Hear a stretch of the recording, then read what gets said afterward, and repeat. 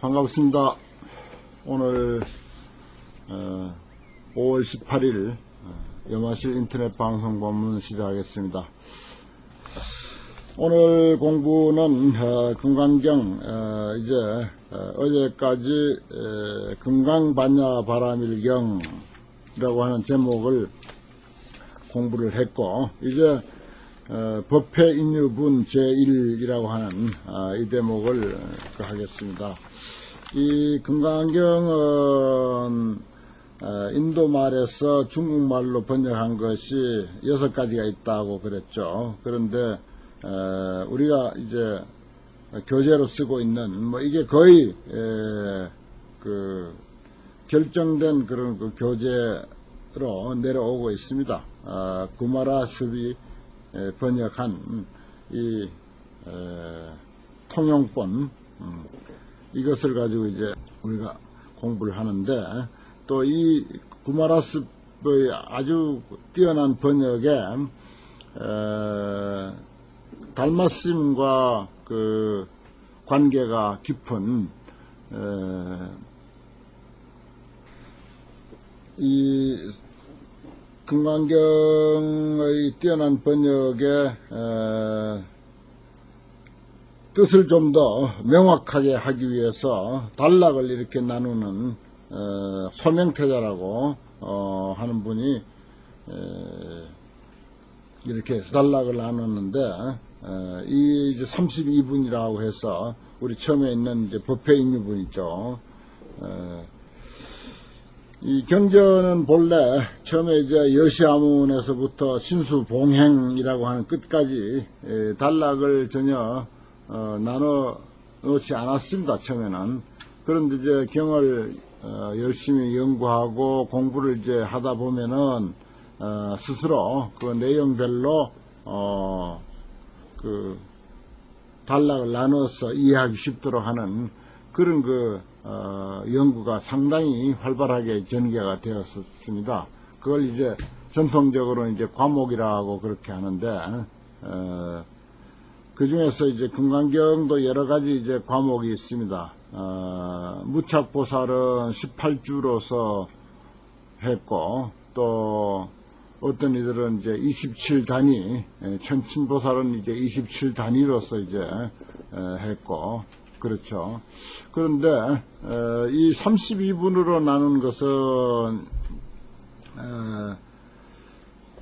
소명태자가 아주 나눈 그런 그 내용으로서 꼭 맞는 것은 아니지만, 그래도 금강경을 이해하는 데는 상당히 좋은 그런 분류 방법으로 내려오고 있습니다. 그래서 이것을 거의 다 이 32단락으로 나눈 이것을 의지해서 금강경을 이해해요. 그래, 여기서 이제 나는 이대로 우리가 이해하고 들어가도록 하겠습니다. 처음에 제1단락은 법회인유부이라고 해서 법회의 원인과 이유, 그러니까 다시 말해서 법회가 열리게 된 연유를 여기서 이제 이야기했다, 이렇게 이제 붙인 것입니다.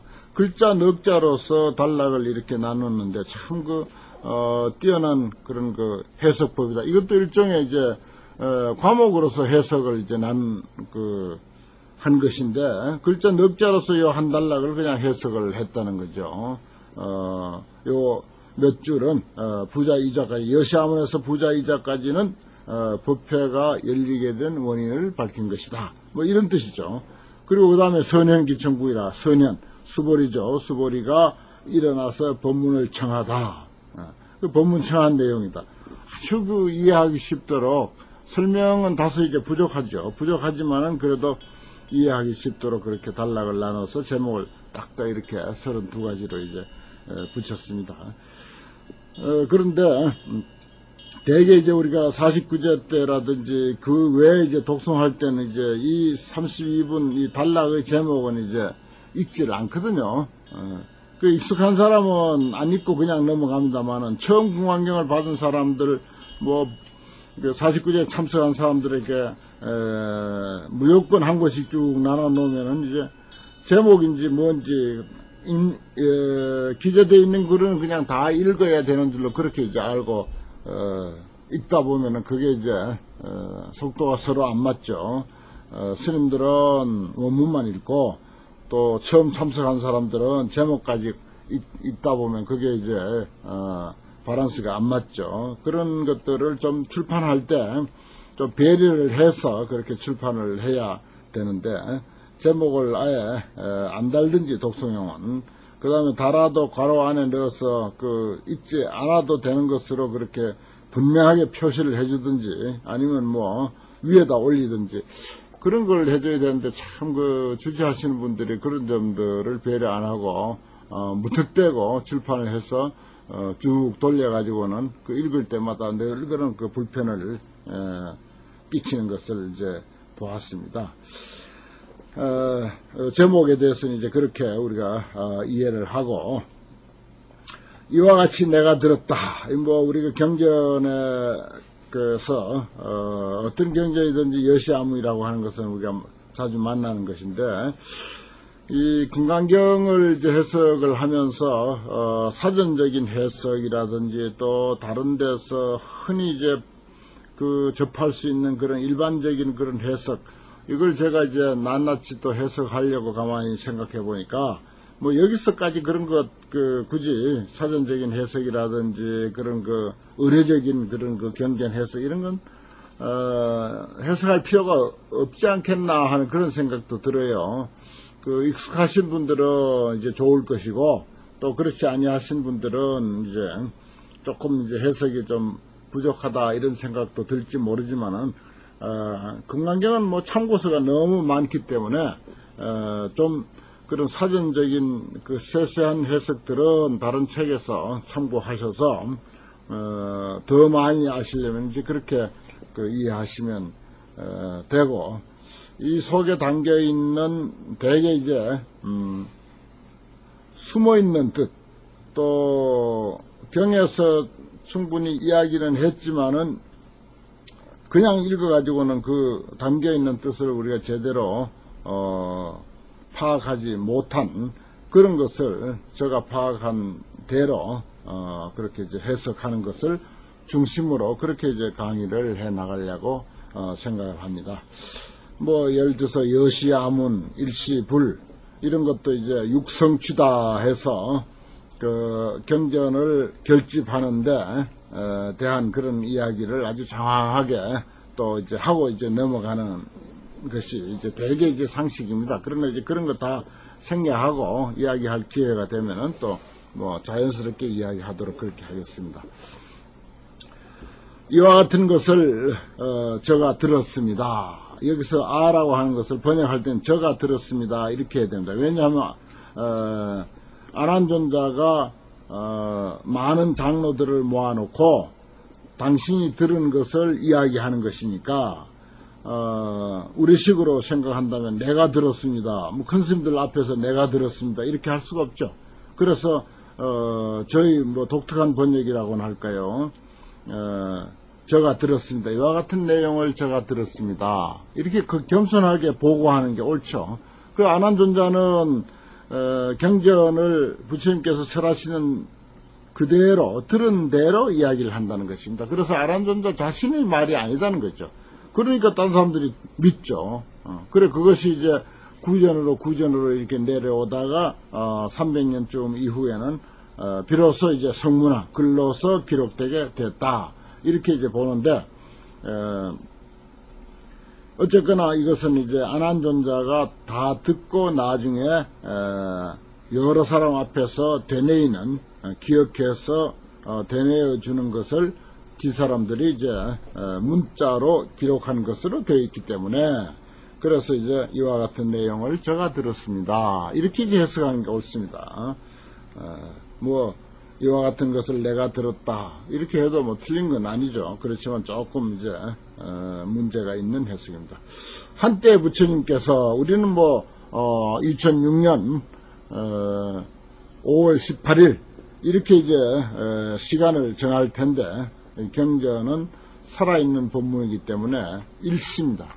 이 일시, 한때라고 하는 것은 지금 우리가 공부할 때는 지금이 되고요, 어제 한 사람은 어제가 되고, 내일 공부한 사람은 내일이 되고, 10년 전에 한 사람은 10년 전이 되고 100년 전에 한 사람은 100년 전이 되고 또 부처님 앞에서 바로 듣는 사람은 바로 부처님 앞에서 듣는 그 시간이 된다. 그래서 이제 시간이라 하더라도 살아있는 시간으로 이렇게 경전에서 그 의미를 전달하기 위해서 그래서 뭐 1900 몇 년 아니면 2006년 이런 식으로 그 세상에서 쓰는 그런 그 연도를 그 표기하지 않고 그냥 일시라고 했다. 그래서 영원한 때죠.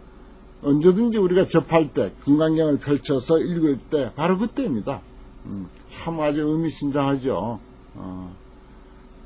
그래서 우리는 이렇게 이제 우리가 지금 공부하는 이때니까 바로 부처님이 계시고 또 여기에 등장하는 수보리가 또 바로 함께 있고 사실 우리가 경전 덮어버리면 끝이에요. 또 부처님 시대에 우리가 살고 있다 하더라도 세종이 사실 그 시기에 살고 있다 하더라도 우리가 마음 돌려버리고 눈 돌려버리면 부처님은 세상에 없는 것입니다. 언제든지 내가 마음을 열고 내가 그것을 의식할 때 그때 비로소 모든 것은 존재하는 거죠. 부처님도 존재하고 금강경도 존재하고 수보리도 비로소 그 순간 존재합니다. 그래서 우리가 경전을 이렇게 펼치고 부처님을 생각하고 부처님의 가르침을 들을 때 그때 부처님은 존재하는 것이죠. 뭐 그런 의미로서 한때 지금 오늘 이 순간 뭐 이렇게 해석해도 좋겠죠. 부처님께서 제4위급 기수급 고덕원에 계시사. 사위급 기수급 고덕원이라고 하는 뭐 그 유래는 여러분들 잘 아시라고 믿습니다. 소위 유명한 부처님이 제일 좋아했던 절, 또 불교 역사상 가장 크고 화려하고 멋있었던 절 기원정사죠. 이 기원정사는 부처님이 25년이나 사셨다고 합니다. 물론 딴 데 가셨다가 오시기도 하고 또 딴 데 가셨다 다시 오시기도 하고 어쨌든 토탈 25년을 사셨던 그런 그 참으로 편안하고 아름답고 한 그런 그 절인데 이 절을 지을 때 사리불이 그 공사의 총감독을 맡았다는 것입니다. 설계에서부터 감리에 이르기까지 뭐 자재 구입에 이르기까지 뭐 일꾼들 쓰는 것까지 일체 총감독을 사리불이 맡았다. 사리불은 참 뛰어난 분이에요. 정말 사적으로나 이로나 이면으로나 사면으로나 정말 뛰어난 그런 그 부처님 제자로 그렇게 그 기록되어 있습니다. 그래서 이 훌륭한 이 절을 짓는데 사리불이 총감독을 하고 참 비록 지금은 터만 남아 있지만은 그 아름다운 유래와 또 사리불의 그 어떤 그 공이 그 마음이 터만 남아있는 지금에도 얼마든지 느낄 수 있는 그런 사찰이 아닐까 이런 생각을 합니다. 바로 그러한 기원정사의 대비구 중 큰 스님들 뭐 다른 그 초발이 보살이라든지 초학자라든지 막 중된 사람들 뭐 많았겠죠. 그런데 이제 특별히 꼽을 만한 대비구 중 1250인으로 더불어 함께 계셨다. 그때 세존이 식시에 차기지발하시고 그때 세존이 식시라 공양하실 때다 이거예요. 그래 공양하실 때는 공양을 가서 이제 시내 가서 걸식을 해가지고 와야 되니까 그래 이제 걸식하러 가려면 걸식하는데 알맞는 옷이 또 있어요. 집에서 그냥 이렇게 계실 때는 평상복을 입으시고 또 시내 가서 걸식을 하려면 거기에 맞는 어떤 법의를 이제 입어야 되겠죠. 글쎄요, 그때 가사가 있었는지는 모르겠습니다만 어쨌든 가사라고 그렇게 흔히 이제 번역을 합니다. 우리 관례에 맞춰서 아마 가사를 입고 갔을 것이다. 뭐 두루마기 됐든지 장삼이 됐든지 가사가 됐든지 어쨌든 출입복이었죠. 출입복을 입으시고 발을 들고 사위대성이라고 하는 그 성에 들어가서 걸식을 이제 하게 되는데 이 사위대성이라고 앞에는 이제 그 사위국이라고 했고 여기서는 사위대성 이렇게 했는데 어쨌거나 이건 이제 제대로 이제 표현을 하면 코살라국의 그 수도라고, 코살라국의 수도라고 합니다. 사위성이라고 하는 게 이제 옳고, 또 하나의 그 도시 국가적인 입장에서 보면은 뭐 사위국이라고 해도 괜찮죠.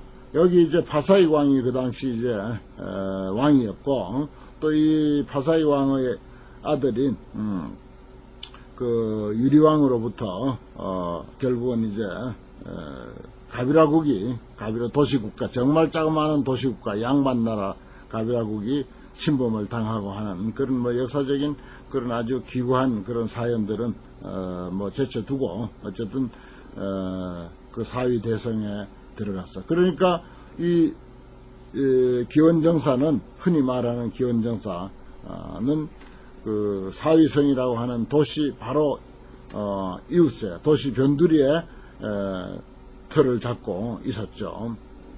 그러니까 이제 걸식할 때는 꼭 그 도시에 들어가서 이제 걸식을 해서 다시 이제 돌아와 가지고 그 식사를 하게 되어 있습니다. 그래 뭐 거리가 정확하게 얼마인지는 모르겠습니다. 한 뭐 5리나 될까요? 1km나 2km나 좀 그 정도 이제 떨어진 거리에 가서 이제 칠가식을 하고 돌아와서 이제 공양을 드시게 된 그런 그 이야기인데,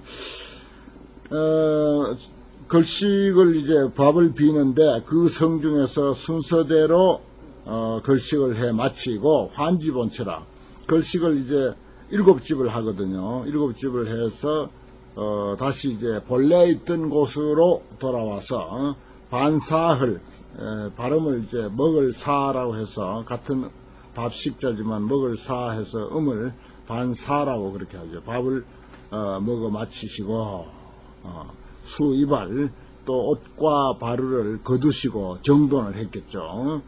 공양을 다 하셨으니까. 그리고는 세족이 발을 씻고, 우리 같은 발부터 먼저 씻을 텐데, 공양하시고 의발을 거두시고 아마 좌선에 들려고 또는 법문을 하시려고 발을 이제 씻으시고 자리를 펴고 앉으셨다. 내용은 이제 그래요. 이건 뭐 부처님 일상생활이죠. 아무것도 뭐 특별한 게 없습니다. 그런데 매일매일 하시는 걸식하고, 또 돌아오셔서 식사하시고 옷과 바루를 정돈하시고, 그 다음에 발 씻고 자리에 앉으셔서 법문을 하시든지 아니면은 좌선을 하시든지 무엇을 하시든지, 이것은 항상 하시는, 매일 하시는 일상생활이면은 틀림이 없습니다. 그런데 이 일상생활을 우리가 눈여겨봐야 할 것이 있습니다. 다른 경전에도 뭐 그날 밥을 굶고 설한 것이 아닌데도 불구하고 이런 이야기가 없습니다. 뭐 거의 없어요. 왜냐? 늘 하는 일이니까. 그런데 유독 금강경의 이 일상사, 특히 걸식하고 발 씻고 자리를 펴고 앉았다라고 하는 이 말이 일상생활이지만은 앞으로 금강경에서 드러내고자 하는 그 취지를 상징하고 있는 이야기가 됩니다. 여기에 이제 우리가 눈을 뜨고 제대로 이해해야 되는 거죠. 옛날 조사스님들도 바로 여기에서 금강경에서 드러내고자 하는 이치를 다 드러냈다, 이렇게 이제 봅니다. 왜 그런가 하니, 첫째 걸식이라고 하는 거, 걸식이라고 하는 거, 이게 아무나 할 수 없는 것입니다. 저 앞에서 이제 육조 스님께서 한마디로 금강경을 요약하면 무상으로 위정이라, 상없는 것으로서 으뜸을 삼는다, 이런 말씀을 드렸어요. 이 걸식을 하려면은 이 상이 있어가지고 걸식이 안 됩니다. 뭐 정말 거지 신세가 돼서 생명을 부지하기 위해서 걸식을 하는 경우라면 몰라도, 뭐 그런 이야기는 여기에 관계가 되지 않는 거죠. 부처님이 어떤 분입니까? 태자 출신이에요. 정말 그 당시 사회적으로 최고의 귀족인데 걸식을 한다. 이게 있을 수 있는 일입니까? 있을 수 있는 일이 아니에요. 그 의미를 찾자면 그렇습니다. 물론 이제 수행자는 다 걸식을 했습니다만은 특히 세존이 걸식을 한다라고 하는 것을 부각시키는 데는 그런 의미가 담겨 있다는 것입니다.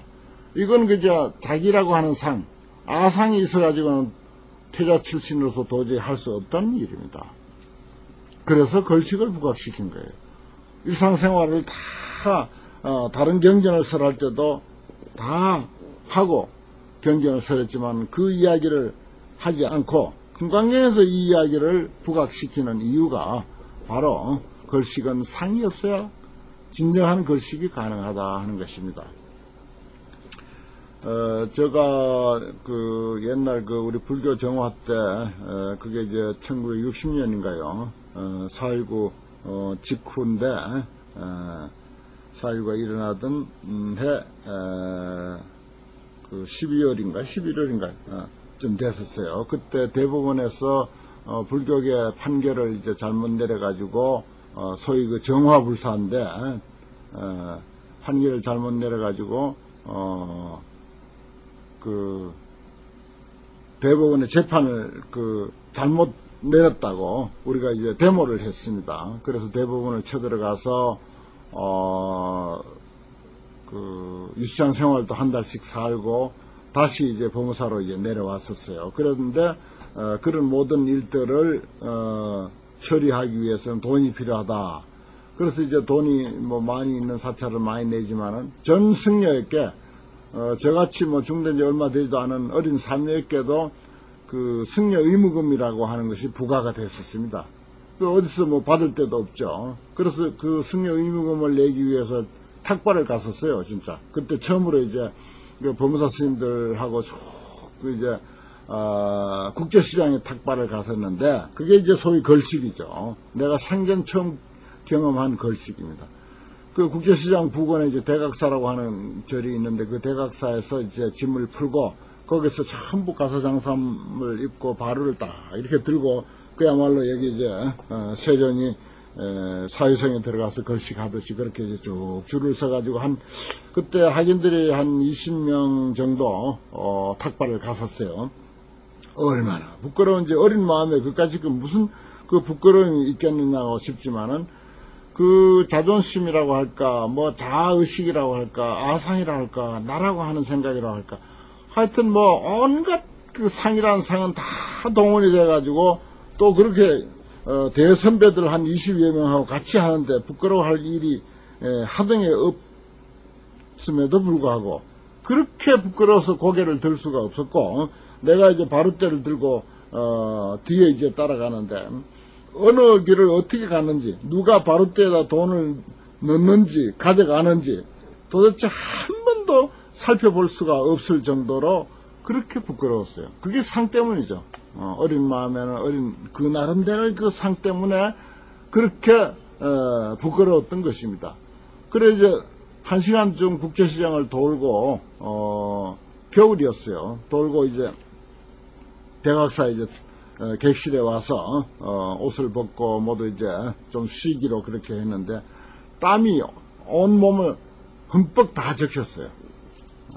그만치 부끄러움을 많이 탔고 긴장을 많이 했었더라는 것입니다. 그래서 저는 금강경 그 걸식의 대목을 설명할 때 제 경험을 가지고 꼭 그 이야기를 합니다. 이게 뭐 꼭 맞는 설명은 아니지만은 상이라고 하는 것이 그만치 중요하고 걸식이라고 하는 것을 제대로 하려면은 상이 떨어져야만 정말 진정 상이 떨어져야만 걸식이 가능하다는 것입니다. 그래서 매일매일 걸식했음에도 불구하고 상 없애는 것을 으뜸으로 삼는 금강경에서 부처님께서 걸식하신 이야기를 등장시키는 이유가 바로 거기에 있다 하는 것입니다. 나라고 하는 상. 이제 뒤에 가면은 아상, 인상, 중생상, 수자상, 법상, 비법상, 뭐 여러 불자님들 많이 듣던 그 이야기들이죠. 그런 것들을 한마디로 묶어서 상이라고 그러는데 그 상이 없는 것을 으뜸으로 삼는 그런 가르침이기 때문에 걸식 이거 하나 제대로 하는데도 상이 없어요. 걸식이 가능하다.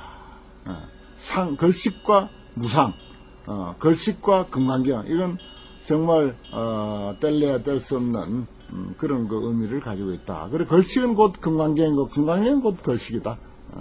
물론 걸식다운 걸식이죠. 그런 걸식다운 걸식은 이제 바로 금강경의 무상으로 위정하는 그 의미를 이 걸식이라고 하는 말에 다 담고 있다 하는 것입니다. 뭐 이쯤 되면 이제 금강경의 도리가 뭐라고 하는 것을 다 아시겠죠.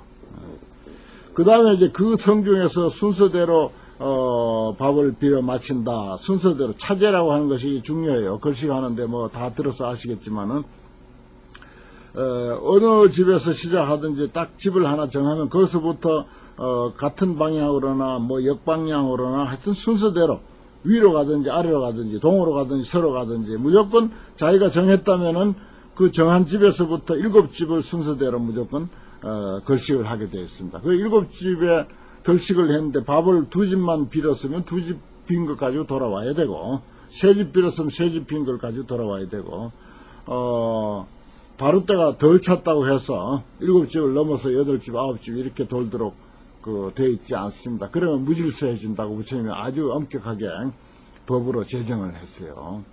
그런데 여기서 굳이 차제대로 밥을 빌어 마쳤다라고 하는 그 말 속에는 아주 큰 아주 경책의 말씀이 있습니다. 가섭존자는 부처님보다 연세가 더 많은 분이고 참 자비스러운 분이라 늘 가난한 집으로만 다니면서 걸식을 했다는 거죠. 이유가 있습니다.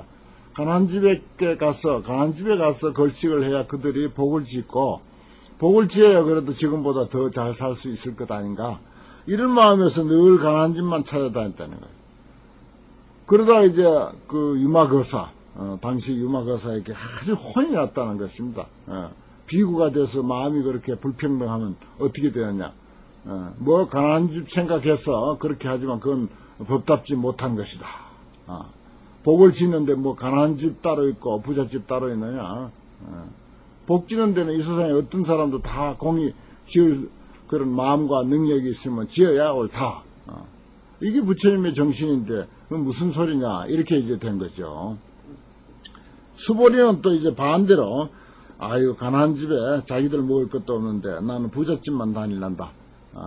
그 사람들은 여유가 있으니까 밥 한 그릇 푹 떠내줘도 뭐 얼마든지 자기들 밥 넉넉하게 지어서 먹을 수 있으니까 그렇게 하겠다 이래 생각하고는 수보리는 이제 늘 부잣집만 다니면서 탁발을 했는데 그것도 또한 이제 유마거사인데 들켜가지고는 혼이 났다는 것입니다. 그러니까 수보리니 뭐 가섭이니 이렇게 상수 제자들이 유마거사에게 혼이 났으니까 부처님 체면이 말이 아니죠. 그래서 여기서 차제거리 순서대로 빌었다. 부잣집이 됐든 가난한 집이 됐든 순서대로 탁발을 했다 하는 그런 이야기. 또 그렇게 해야 된다 하는 그런 아주 엄중한 경고의 마음이 여기에 묻어 있습니다. 이런 것들이 참 우리가 살펴야 할 거죠. 그리고 환지 본처라. 본처, 본래 있던 곳으로 돌아왔다. 이렇게 했는데, 본래 있던 곳이 어디죠? 기수급 고덕원, 줄여서 기원정사, 기원정사라고 하는 절에 돌아와서, 거기서 이제 앉아서, 반사하리라. 식사를 모두, 먹어서 마쳤다. 그 광경을 우리가 가만히 이렇게 상상해 봅시다. 지금 우리도 그 대열에 끼어서, 부처님 따라서 저 공문에 따라서 시내 가서 밥을 이제 7집 빌고 또 이제 따라오다 보면 이쪽 모퉁에서 나오는 비구도 있을 것이고 저쪽 모퉁에서 나오는 비구도 있을 것이고 뭐 빨리 탁발을 해서 먼저 간 사람도 있을 것이고 늦게 이제 해서 늦게 온 사람도 있을 것이고 그 뭐 1250명이라고 합시다. 1250명이 하나씩 둘씩 여기서 저기서 이제 한 바루떼씩 얻어가지고 나타나서 줄을 자연스럽게 줄을 이뤄가면서 그 기원정사로 한 1, 2km 되는 기원정사로 돌아오는 그 광경, 노란 가사를 쳐 입고 바루떼 들고 돌아오는 그 광경, 뭐 그런 그림들 들어있죠. 그런 광경을 우리가 상상해 보면은 참 아주 흐뭇하고 아주 멋진 그런 풍경이 아닐까 이런 생각이 듭니다. 정말 우리가 욕심만 비우고 산다면은 또 나라고 하는 마음, 나라고 하는 것만 비우고 산다면은, 소위 그 금강에서 말하는 무상이죠. 정말, 뭐, 가진 것은 없어도, 편안하고, 그렇게, 행복하게 살 수 있는 길이 있지 않을까, 이런 생각도 해봅니다. 그 다음에 이제 수이발, 공양을 다 하셨으니까, 옷과 바루를 이제 정돈을 하시고, 세족이 했다 그랬습니다. 발을 씻었다. 이거 매일 발을 씻는데 왜 금강경 설할 때만 발을 씻었겠어요? 이거, 여기도 이제 뜻이 있다는 것입니다. 걸식과 똑같은 뜻이 있습니다. 발을 씻었다. 발에 묻은 모든 먼지와 때를 다 씻었다라고 하는 말은, 우리들의 마음의 때를 다 씻었다. 금강에서 말하는 마음의 때는 뭡니까? 뭐, 일반적으로는 번뇌 망상 이렇게 하겠지만은, 상이죠. 상이라고 하는 때를 다 씻었다. 상이라고 하는 때만 다 씻으면은, 정말 행복하고 평화롭다는 것입니다. 그놈의 상 때문에 우리가, 집착하게 되고, 고통이 있게 되고, 그 알량한 자존심 싸움, 하다가 그냥, 소리 나고, 소리 나면 금 가고, 금 가는데도 또 자꾸 부딪히면은 나중에 깨지죠. 천년만년 한 약속도, 그렇게 자꾸 이제, 부딪히게 되고, 부딪히는 것은 알량한 상 때문이에요. 그 상 때문에 소리가 부딪히게 되고, 부딪히면 자꾸 소리가 나고, 소리가 나다 보면 나중에 금이 가고, 금 가는데도 또 부딪히게 됩니다. 그러면 이제 깨지는 거죠, 뭐, 하나 수 없이. 그래서, 그런 그 상이라고 하는 마음의 때를 씻는다 하는 의미에서 세족이라, 발을 씻어 마쳤다. 그래도 안 되거든 자리 피고 한번 앉아봐라. 항상 앉아 계시죠, 사실은. 그럼에도 불구하고 무상으로 으뜸을 삼는 그 가르침의 금강경, 그 금강경을 설하면서 자리 펴고 앉다. 이거 뭐 눈여겨볼 게 있겠습니까? 그런데 이게 아주 깊은 뜻이 있어요. 자리 펴고 앉다. 걸식의 의미를 모르겠거든. 발을 씻어봐라. 발을 씻고도 발을 씻는 의미를 모르겠거든. 철저히 앉아봐라. 몸뚱이만 앉아있고, 마음은 저기 시내 돌아다니고, 뭐 친구 만나고 하던 일 생각하고, 그러다 자기도 모르게 벌떡 일어나가지고, 뭐 어디 가서 냉장고 문 열어보고, 무슨 전화해보고, 그런 식으로 하지 말고, 몸이 앉았거든, 마음도 그 자리에 철저히 앉아봐라. 자리 펴고 앉아라. 이게 이제 무상이죠. 나라고 하는 상이 없는 것입니다. 나라고 하는 상이 없으면 뭐 남이라고 하는 데 대한 그런 차별의식도 없고, 자아의식, 차별의식, 중생상, 열등의식, 수자상, 어떤 한계의식. 그런 이제 상이라고 하는 것을 이제 뒤에 사상이 나오고 육상이 나오고 합니다만은, 뭐 금강경 처음부터 상 이야기니까, 아상, 나라고 하는 상, 그건 이제 자아의식이라 요즘 말로 하면 그런 뜻입니다. 그 다음에 인상, 나 외에 남, 다른 사람이라고 하는 그런 거 차별의식이죠. 그게 인상입니다. 사람인자. 그 다음에 이제 중생상, 그 열등의식이에요. 나는 중생이다. 부처님이나 성인의 변조서 나는 못난 중생이다. 그 중생 핑계대고 우리 뭐 합니까? 나쁜 일을 할 때, 또 나쁜 일을 해놓고 변명하고, 그게 합리화할 때, 아이, 중생이 뭐, 그럼 그렇죠. 이러지 않습니까? 그 중생상 될 때, 중생이라고 하는 핑계 될 때는 꼭, 중생 짓거리 해놓고, 아이고, 나는 중생이니까, 이런다고요. 뭐, 크게 나쁜 짓은 아니라 하더라도, 뭐, 중생이 그러면 그렇지. 이런 식으로 핑계 대잖아요. 참, 중생만이 갖는 그런 그 못된 습관이 아닐까. 그 열등의식 그거 아주 못 쓰는 상이거든요. 잘났다고 하는 것만 상이 아니에요. 못났다고 하는 거 이건 더 무서운 상입니다. 불교에서는 사실 잘났다고 하는 건 좀 봐줄 수 있어요. 못났다고 하는 것은 이건 정말 봐줄 수 없습니다. 그런 그 상들, 그리고 수자상이라고 하는 것은 나이에 대한 그 한계 의식이라는 거죠. 나는 몇 살인데 라고 하는 그런 의식이 자연스럽게 우리 마음에 자리하고 있어서 어떤 한계 의식을 갖게 돼요. 자기도 모르게 그 한계의식에 꽉 사로잡히는데, 특히 이제 나이 먹었다고 해서 내가 이 나이에 뭘 하겠는가, 이 나이가 돼가지고, 이 불교는 나이 인정 안 해요. 수많은 생을 거듭하면서 끊임없이 죽었다 태어나고 태어났다 다시 죽고, 우리가 뭐 잠들었다 깨고 깨어났다 다시 잠들고 하는 것하고 하나도 다를 바 없이 생을 그렇게 영원히 이어가는데, 그 뭐 잠깐 한 생을 이렇게 선을 그어놓고 거기서 뭐 나이가 몇 살이다 그거 불교에서는 인정 안 합니다. 영원히 사는 거예요. 그 마음에 무슨 나이가 있습니까? 그러니까 나이가 아무리 들었어도 항상 희망과 꿈을 가지고 열심히 바람직한 방향으로 자기를 펼쳐가는 것, 이게 이제 불교를 배운 소득이에요. 그렇게 해도 괜찮도록 우리가 되어 있습니다. 우리 마음이 그래 되어 있습니다. 그래, 이러한 상들, 그러한 상을 다 떨쳐버리고 비워야 되는데, 걸식이라고 하는 데서 안 되겠으면은, 발에 때를 씻듯이 상이라고 하는 마음의 때를 다 씻쳐라. 그래도 안 되겠거든 자리를 펴고 앉아라. 철저히, 몸도 마음도 철저히 앉아라. 그 앉으면은, 거기에 제대로 앉았다면 거기에 무슨 상이 붙겠습니까? 이 금강경이요, 선사들이 제일 좋아하는 경전인데, 그대로 이런 것이 선문 아닙니까? 의미심장한 것이 그대로 선으로이거든요. 그러니까 선사들이 다 좋아하고, 선사들은 다 여기서 한두 마디씩 다 자기의 소견을 붙이고 그랬습니다. 뭐 이건 뭐 내 혼자 특별히 하는 말씀이 아니고, 과거 선사들이 금강경을 해석한 내용들을 보면은 똑같이 이런 식으로 표현을 했습니다. 저도 이제 그런 해석이 정말 참 그렇구나 하고 마음에 들고, 그래서 이제 무릎을 다 치고 해서, 그래서 이런데 이제 좀 힘을 주어서 설명하고 좀 역설을 하고 열을 좀 내는 것입니다.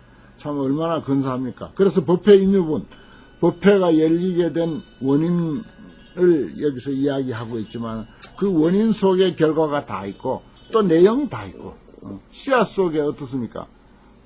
그 결과가 다 있죠. 씨앗이 곧 결과이면서 또 씨앗이잖아요. 그와 마찬가지로 이 속에, 이 말씀 속에 걸식과 세족과 부자이자 이 속에 그런 의미가 없다면은 왜 구태여 매일 하시는 일을 금강경을 설하는 마당에 앞에서 이렇게 등장을 시켰겠습니까? 이건 뭐 똑 떨어지는 해석이에요. 그렇게 이해하시고, 오늘 법회 인유분, 그 중에서 특히 걸식이라고 하는 의미, 세족이라는 의미, 그 다음에 부자이자라고 하는 그 의미를 마음에 깊이 새기면 정말 우리가 본래 갖추고 있는 그런 아주 뛰어난 능력을 발휘하는데 큰 도움이 되지 않을까, 이런 생각을 해봅니다. 오늘 금강경 공부 여기까지 하겠습니다.